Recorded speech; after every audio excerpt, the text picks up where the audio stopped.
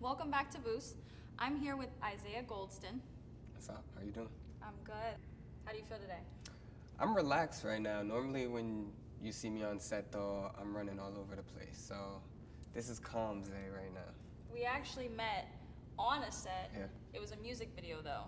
For sure. Yeah, so we did a music video about a month ago. It's one of my bigger sets. We rented Ferraris, we went to Aston Martins, a studio. That's where I met you, was at the studio. Mm-hmm. We actually rented 2 studios. And yeah, it was fun. We brought our people out from LA and had a blast.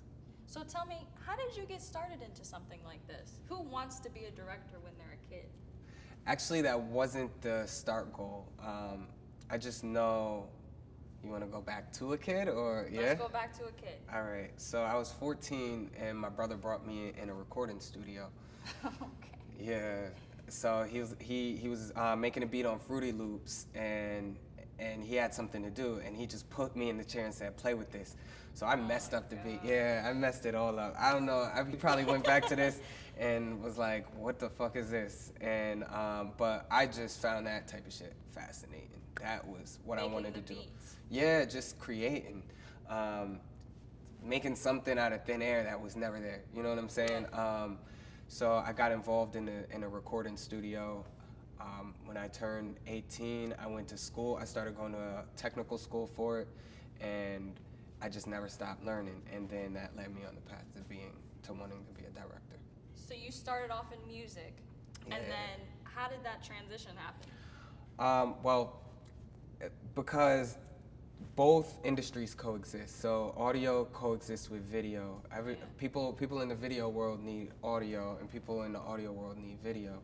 So I found myself bouncing back and forth. I started as an engineer, recording for people, recording their music, and then they needed someone to shoot their video. I was still in the technical school. They were teaching me how to work with cameras and things like that. So I was like, I can shoot your video. You know, that was young in New York. That was my hustles. Like, whatever you need, I can get it for you. You need graphic design, you need videos, I can do that, right? One-stop shop. That's it, you know. Like, why not? You know, it's the power of creating all comes from here. And if you just stay focused, you can make anything out of nothing. Okay. Yeah. So then why Orlando? If you're from New York, I'm assuming, right? Yeah. So it's cold up there, right? I took my first trip to Miami, and I just thought that was that was trouble, Miami. right? It's always Miami. So, you know, coming from New York, it was like hurricanes, right? I want this whole tropical vibe, but like when I was the hurricanes. Nah, see, so that's why I moved to Orlando, because I didn't want the hurricanes, okay. right? Gotcha. When I was 14 too, like Katrina happened. That was all over the news. So I thought, like, when I went to Miami and I saw South Beach and I just looked out and saw straight up ocean, that was my first time like seeing the ocean like that. I'm like, this is. Which part of New York are you from? I'm from upstate, Albany. Okay. Oh, okay. So yeah, seeing that body of water must have been like awe-inspiring. Yeah, it was news. It was amazing, but I just thought about hurricanes. I'm like, this whole place is about to flood. So I'm like, where can I move in Florida just kind of get my feet wet, see what it's like, and found Orlando. So how long have you been here? I've been in Orlando since 2016.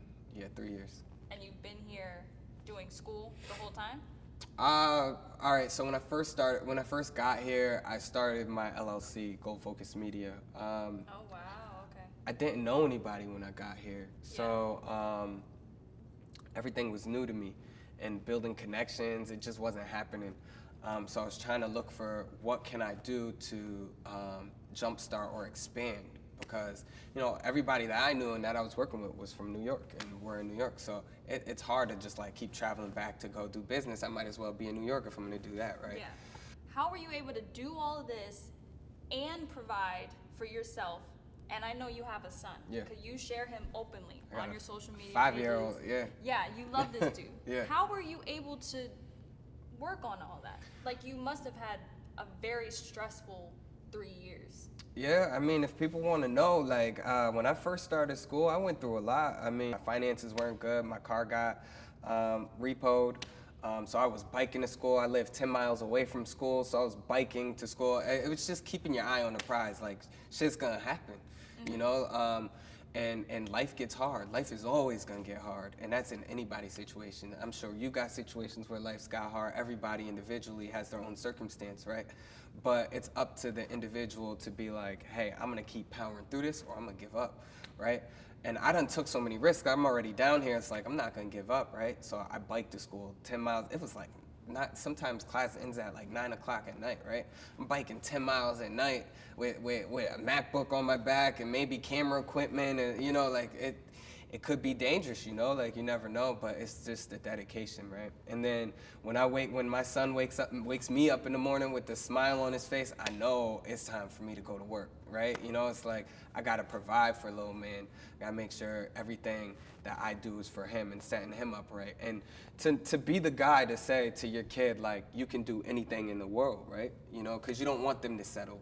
When you have You're that the example for him. Exactly. And we're in an industry where it's like, it's not a given industry. You have to earn every step of the way. It's probably the hardest, one of the hardest industries to be in, right? So Isiah, if someone were to ask you right now who you are as a person and how you are goes into your directing, what type of vision do you have? Any project I work on, I'm crew first. I like working with my team and embracing who they are, making sure the vibe is good on set. I always like to thank the teams I work with, because I'm nothing without the people that surround me, right? So I try to first I try to leave the ego at the door. If I like, it's okay for in certain situations to have an ego, right? But if you're on set, leave the ego at the door, right? And come in and embrace your crew. We talked, I said, like, you know, I like to feed my crew. I like to make sure my crew's, like, you know, coming up, like, I'm not rich in this right now, right? So, you know, I come out of pocket, though, to feed my crew. And I'm a full-time student right now. Come out of pocket? To feed my crew, right? Why not? You know, like, this is... I thought this was all Full Sail budget. So, Isiah. What's up? I peeped that you were on Revolt TV. Yeah. Yep. Tell me what that's about. So when I first started here at Full Sail, I was volunteering for any opportunity that presented itself. And then along came a company called Revolt, and I knew who Revolt was because, you know, I'm in tune with everything that's going on. And, you know, Diddy, he runs his companies out of New York.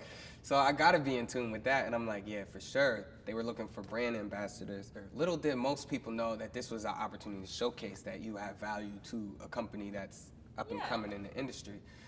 So something happened when I was there. It was like 11:45 at night.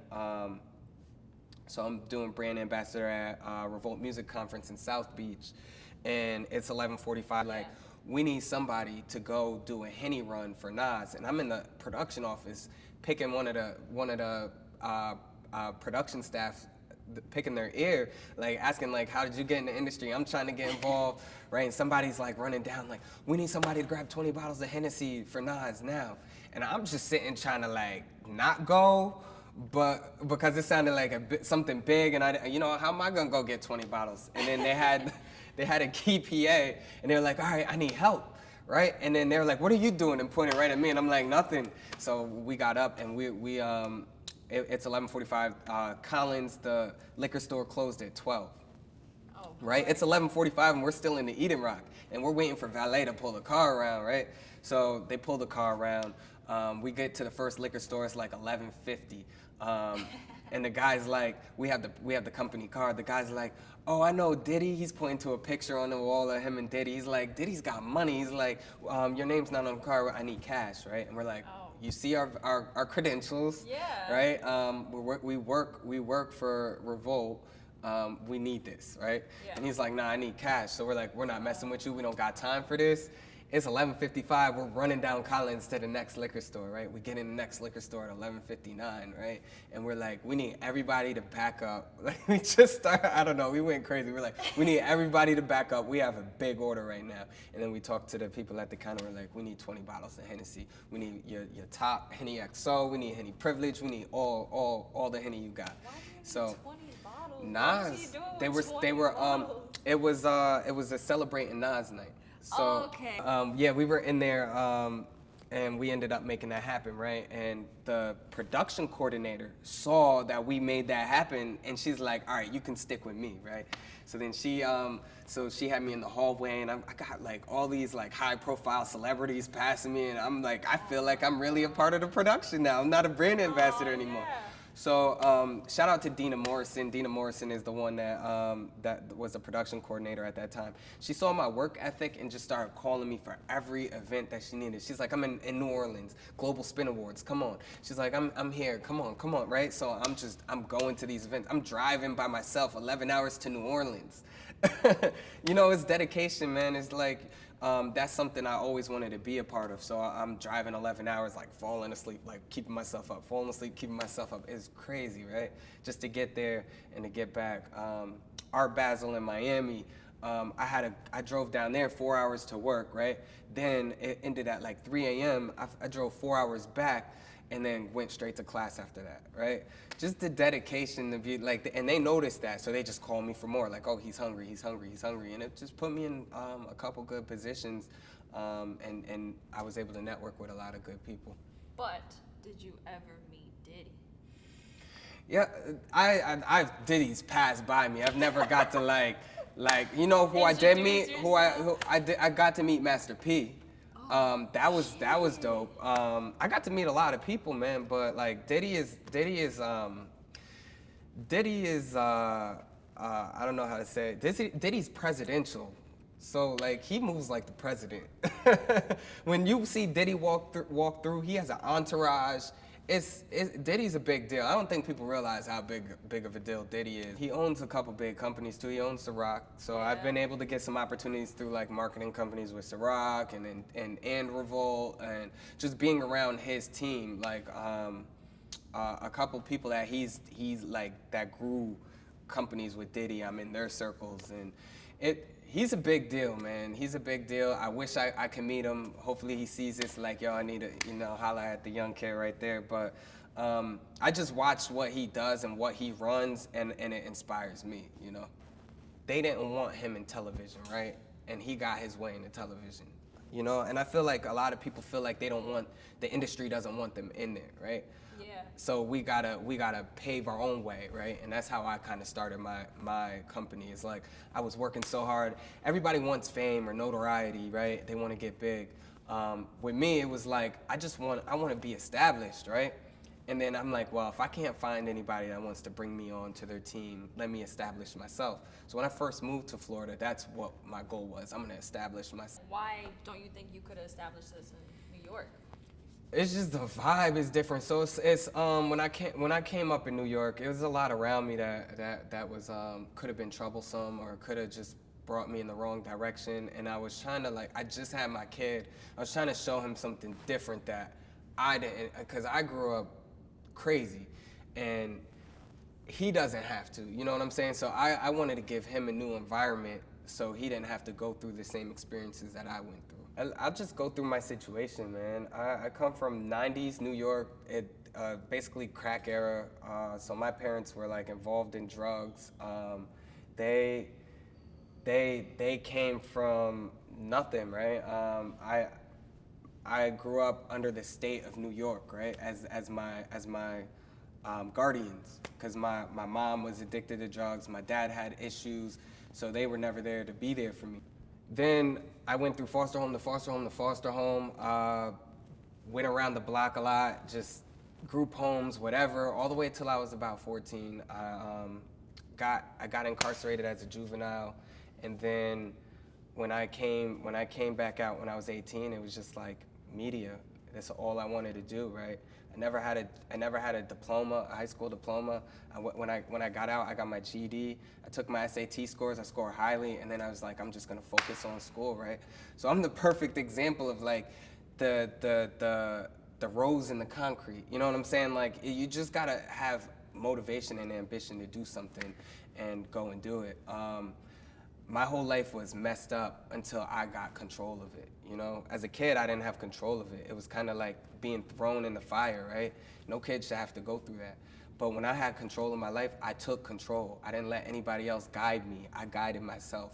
I think if that inspired, I hope that inspires somebody, because where I'm at today, I'm in a really peaceful place. I love what I do, and I would never give it up for anything. Thank you so much, Isiah. I appreciate it. You're welcome.